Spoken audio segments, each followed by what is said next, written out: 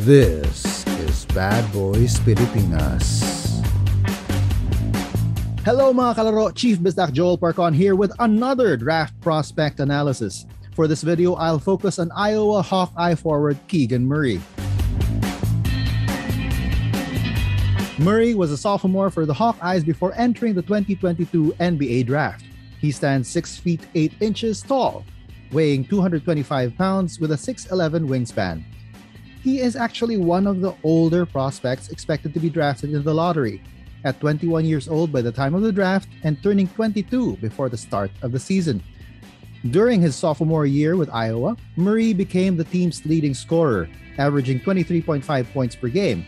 His other averages during his sophomore year include 8.7 rebounds, 1.5 assists, 1.3 steals, and 1.9 blocks on 55% field goal shooting, 40% three-point shooting, and 75% free throw shooting on 31.9 minutes. This was an improvement from his freshman year when he averaged only 7.2 points along with 5.1 rebounds, 0.5 assists, 0.8 steals, 1.3 blocks on 51% field goal shooting, 30% three-point shooting, and 75% free throw shooting on 18 minutes. The jump in production and minutes was owed mainly to the departure of Iowa's go-to guys, most notably current Detroit Pistons center Luka Garza. Because of his leap in production, Murray was recognized with the Karl Malone Award for the best power forward, was a consensus first-team All-American, first-team All-Big Ten, and Big Ten Tournament MVP in 2022. He was also recognized as part of the Big Ten All-Freshman team in 2021. Taking a look at what Murray is good at, the primary thing one can see is his scoring ability. When asked to, Murray can definitely put the ball in the hoop. His percentages of above 50% field goal shooting for both years played in college, plus a jump of 10 percentage points on his three-point shooting shows this. It should be taken into consideration that he made over 73% of the shots he took in transition, averaging 1.5 points per possession and ranking him number 1 in the country.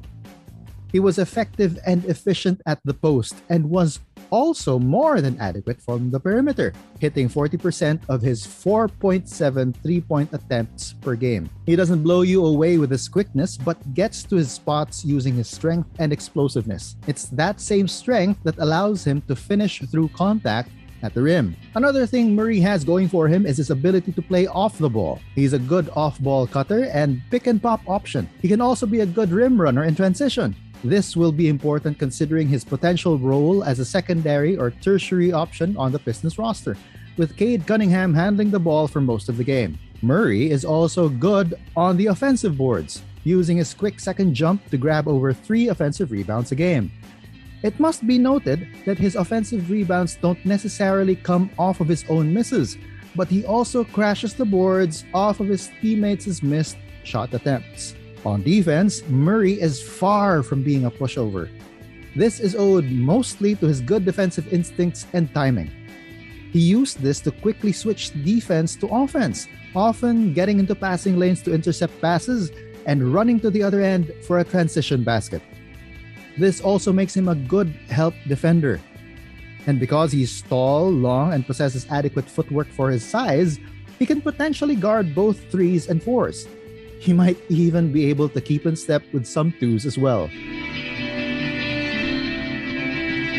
In terms of his areas for improvement, the most important thing that Murray needs to improve on is his half-court one-on-one game.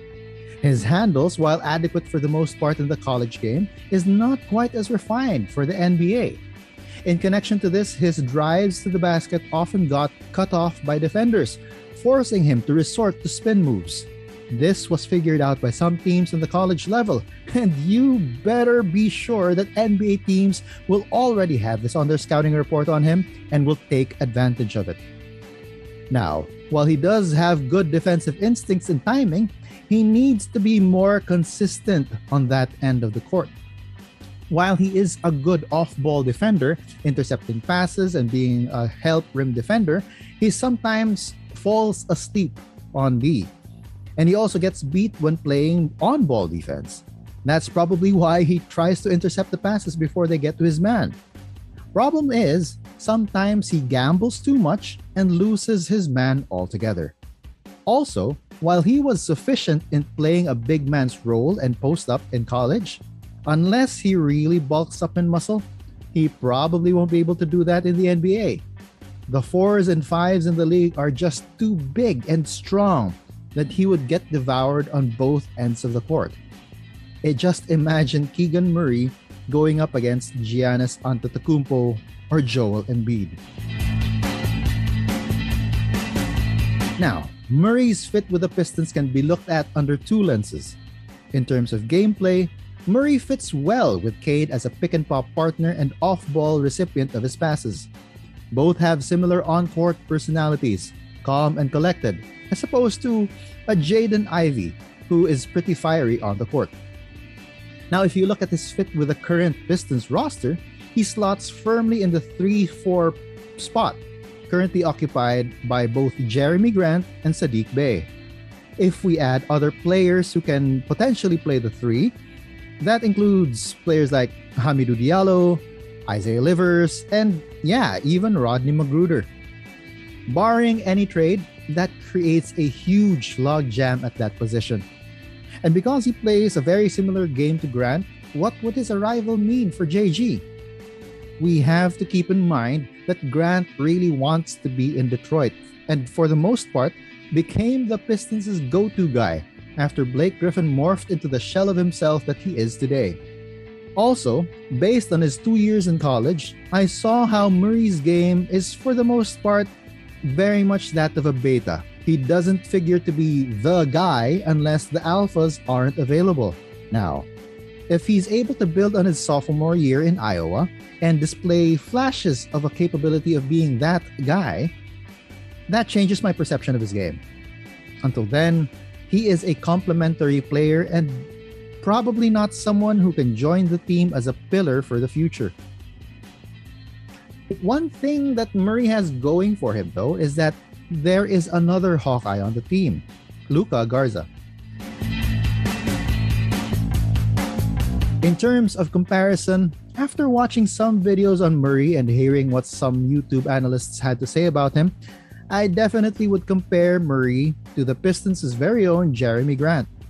Both are long tweeners who have the capability of being the man on a team with no other alphas. Both have a good head for defense, but kind of lack consistency in playing on that side of the floor. What Murray would have over JG, though, would be his knack for getting rebounds. That's been a knock on JG during his tenure with the Pistons.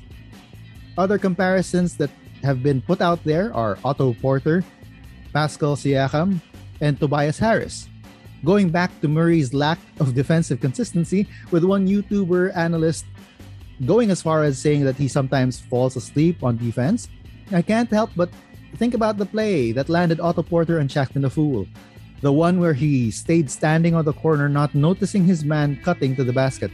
But then again, looking at how Porter has made himself a serviceable role player in a Golden State team poised to fight for a championship trophy this season, I think I'm okay with that comparison. The Siakam and Harris comparisons are very nice as well, as both have had very good careers so far. Siakam is currently the main guy in Toronto, while Harris has been a solid second or third option wherever he found himself. As for Filipino comparisons, it was a little harder. I would have to say that Murray sort of reminds me of Northport Batang Pier's Arwin Santos, based on his undersized big skills and defensive instincts. I also see a bit of TNT's Kelly Williams in him. Calm, collected, but effective as a post-up player and sometime shooter. The closest Filipino comparison I can probably give Murray, though, would be another TNT player, Troy Rosario. He's a forward with good enough handles to get to the painted area from the perimeter, has a good outside shot to be a threat when left open, and can do a fair amount of defense. All in all, I agree with what a lot of sports videos say about Keegan Murray. He's the safe choice. He won't blow you away with any talent, but he's solid. How does this factor into the Pistons selection? I'm not quite sure. In terms of priority for the Pistons, I did place drafting Jaden Ivey at number 1 last week because it was the first video I came out with. Now, if you want to check out that video, you can just click on the link up here on the corner or in the description down below. Where do I now place drafting Keegan Murray? For now, it's the second priority. Whether it stays at number 2 will be up in the air in the coming weeks. What do you think of my assessment? Let me know on the comments down below. As I mentioned last time, I will come up with videos on my ideas about the different options for the Pistons with their 5th pick in the coming weeks. And I'm saying as early as now, my next one will be on Shadon Sharpe. The NBA draft is on June 23, 2022. That's June 24 here in the Philippines at the Barclays Center. If you like this video, please hit the like button. Also, consider subscribing to the channel and clicking on the bell icon so that you get notified every time we have new uploads. This channel has other shows as well, and you might want to check them out. As always, this has been Chief Bisdak Joel Parton. Until next time, stay safe. Bye.